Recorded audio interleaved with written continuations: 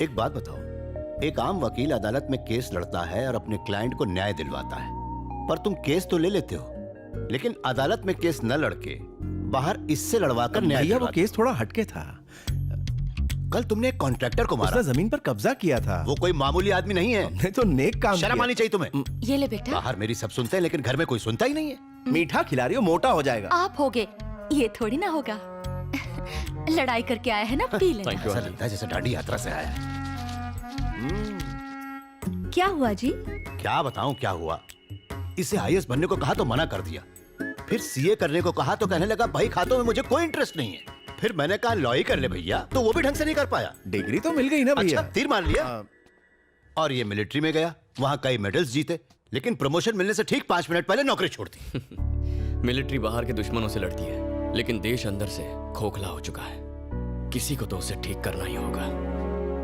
मैं करूंगा। तेरा दिमाग तो खराब नहीं हो गया? Excuse me sir. आ गया बोला।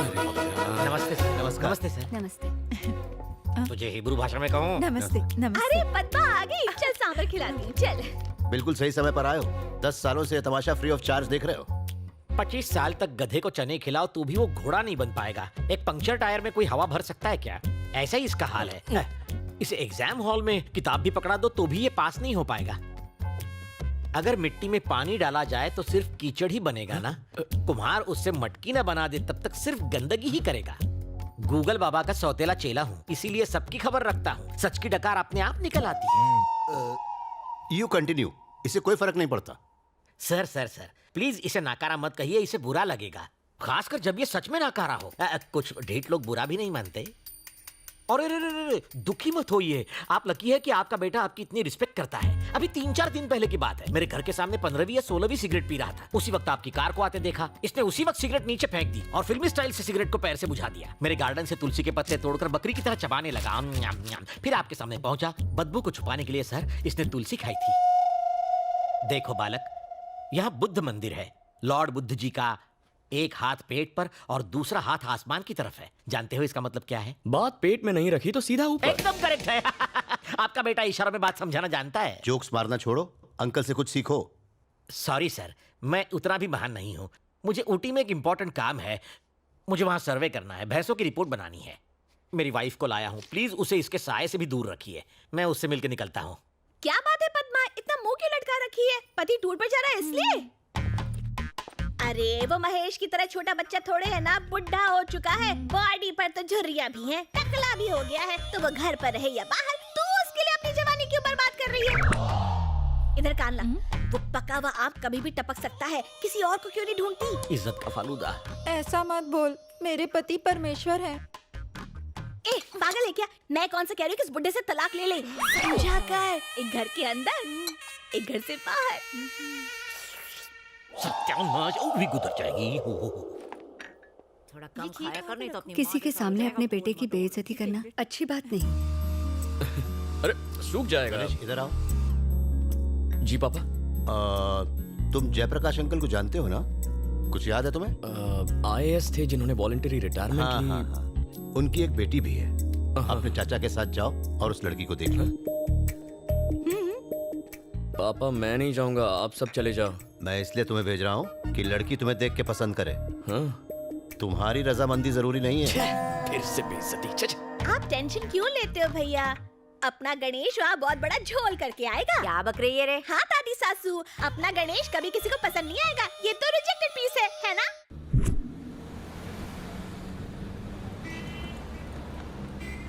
आप इतने गुस्से में क्यों? कहते हैं लड़की का अप्रूवल चाहिए। क्या कमी है तुम्हें? बस आंखें थोड़ी सी छोटी है, लेकिन उससे क्या फर्क पड़ता है?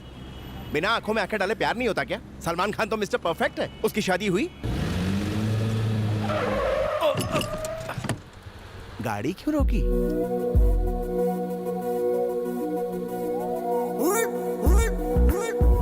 ब्यूटी। कहाँ ब्यूटी? हाँ?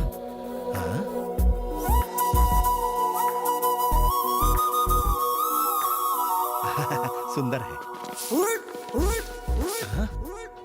नहीं नहीं, उसके हाथ में तो झाड़ू है। किसी एनजीओ से होगी। काहे की एनजीओ? म्युनिसिपालिटी से। म्युनिसिपालिटी ने मेंटेन अच्छा किया है। तुम जानते हो ना तुम्हारी दादी विरोधी पार्टी की है। गधे, झाड़ू वाली बहू लाया, किसी ने तुझे साथ भेजा? हाँ? चाचू, लगता है साफ सफाई से बहुत माल कमाया है। कैसे कह सकते हो? नेकलेस देखो। अरे वो सोना नहीं है नल्ला। गना कहाँ गया? लड़की खरा सोना है चाचू। वहाँ रॉयल फैमिली वेट कर रही है। हम कौन से रॉयल हैं? और लड़की का अप्रूवल चाहिए था ना चाचू। मैंने तो इस स्टाइलिश झाड़ू वाली को फिक्स कर लिया है। और वो केस के पेपर्स हैं। एक, दो, तीन।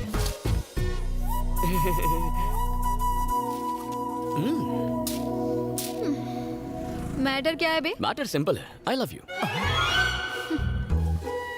अपुन की प्रोफाइल पता है? एक्सक्यूज मी मैम, आप रोड पे झाड़ू क्यों लगा रही हैं? ये सफाई कर्मचारी दिन रात मेहनत करके इस शहर को साफ सुथरा रखते हैं। इतनी मेहनत के बावजूद इनकी तनख्वाह कितनी कम है। लोगों का ध्यान इनकी तरफ लाने के लिए मैंने बहुत कोशिश की, पर सब बेकार। आखिर में थक हार के मुझे ये रास्ता अपनाना पड़ा। आप लोग भी मीडिया और सोशल मीडिया के जरिए कुछ कीजिए प्लीज। बिल्कुल अपने पापा जैसा काम कर रही हो, सदा सुखी रहो। कुछ घुसा भेजे में। अपुन इस एरिया की एमएलए है। फिर तो ये करना तुम्हारा फर्ज है। क्या बोला? हम लोगों ने ही तो तुम्हें एमएलए बनाया है। तेरे को नहीं लगता तू बजट से ज्यादा काम कर रहा है? मैंने कुछ गलत कह दिया क्या? कराटे में मुझे 2 बार पिंक और 1 बार गोल्डन बेल्ट मिला है। एक फूंक और चुटकी में धूल चटा सकती हूँ। फैंटास्टिक। तो ये है तुम्हारे फिगर का राज। क्या बोला बे? देखो, तुम्हें भी मुझसे प्यार हो ही जाएगा। क्या? हाँ, हमारी इस मीटिंग से तुम में इंटरेस्ट जाग जाएगा। फिर तुम मेरे बारे में क्यूरियस हो जाओगी।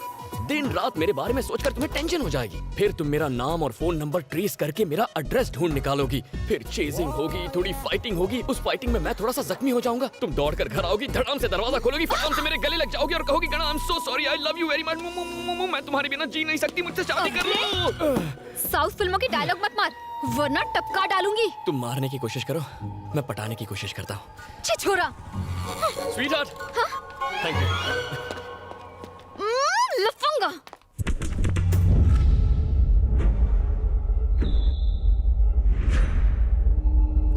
ए साहब, आपके पापा की वजह से हम मिनिस्टर बना हो, बताइए कहाँ सेवा करें?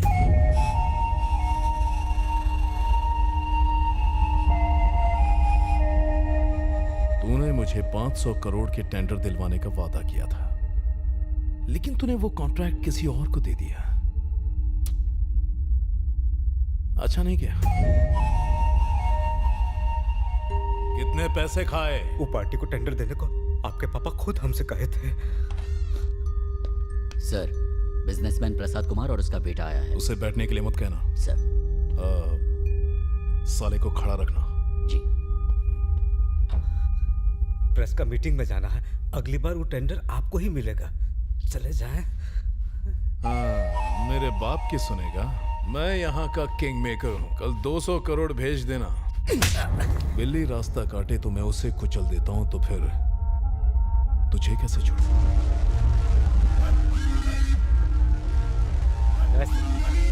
हाय।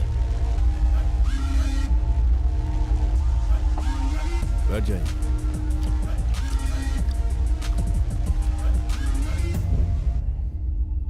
रेप और मर्डर केस के लिए आए हो? उसी के लिए आया हूँ। तो तूने रेप किया? हाँ सर। अकेले किया या ग्रुप में? अकेले किया सर। अबे तो मारा क्यों? शाना बनता। वो मेरे पास तेरा आ आ ई ई ऊ सुनने के लिए टाइम नहीं है। मेरा कीमती टाइम खराब किया तो मैं तेरी जिंदगी खराब कर दूंगा। जरा एक मिनट। अरे बोला। बाय।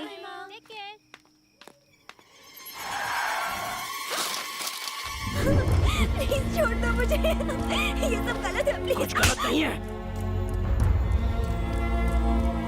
सर, ये तो मर गई। मर गई है तो दफना देते हैं। चल पकड़।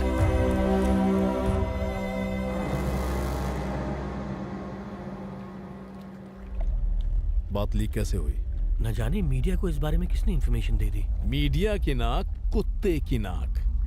अगर कोई नेक काम करे तो न्यूज़पेपर के लास्ट पेज में छोटा सा छापेंगे, लेकिन अगर कोई लड़की को छेड़ दे तो बार बार न्यूज पर टेलीकास्ट करेंगे और उसे खींचतान के ब्लॉकबस्टर न्यूज बना देंगे और उसे बार बार दिखाकर इंटरनेशनल न्यूज बना देंगे। एक जमाना था जब आप परिवार के साथ न्यूज देख सकते थे, अब तो उस पर भी ये सर्टिफिकेट लगना चाहिए। सुना है विजयवाड़ा में तुम्हारी 300 एकड़ की जमीन है, अभी तक है या बेच दी उसे? किसी को नहीं भेजी, मेरे पास ही है। अच्छी बात है, तुम्हारा काम हो गया, जा सकते हो। Thank you sir. केस की डिटेल निकाल दो।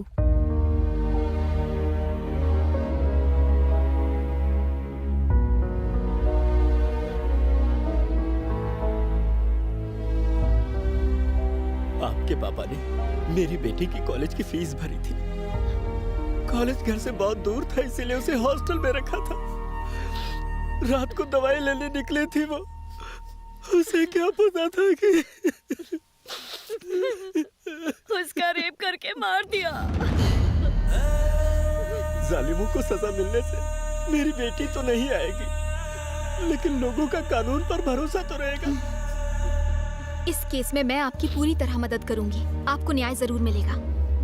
आज अगर मेरे पिताजी जिंदा होते तो वो भी यही करते। मूर्ति जी। जी मैडम। इसी वक्त लॉयर को फोन कीजिए और इस केस से जुड़े सारे एविडेंस इकट्ठे कीजिए। जुर्म करने वाले को सजा मिलनी ही चाहिए। आप चिंता मत कीजिए।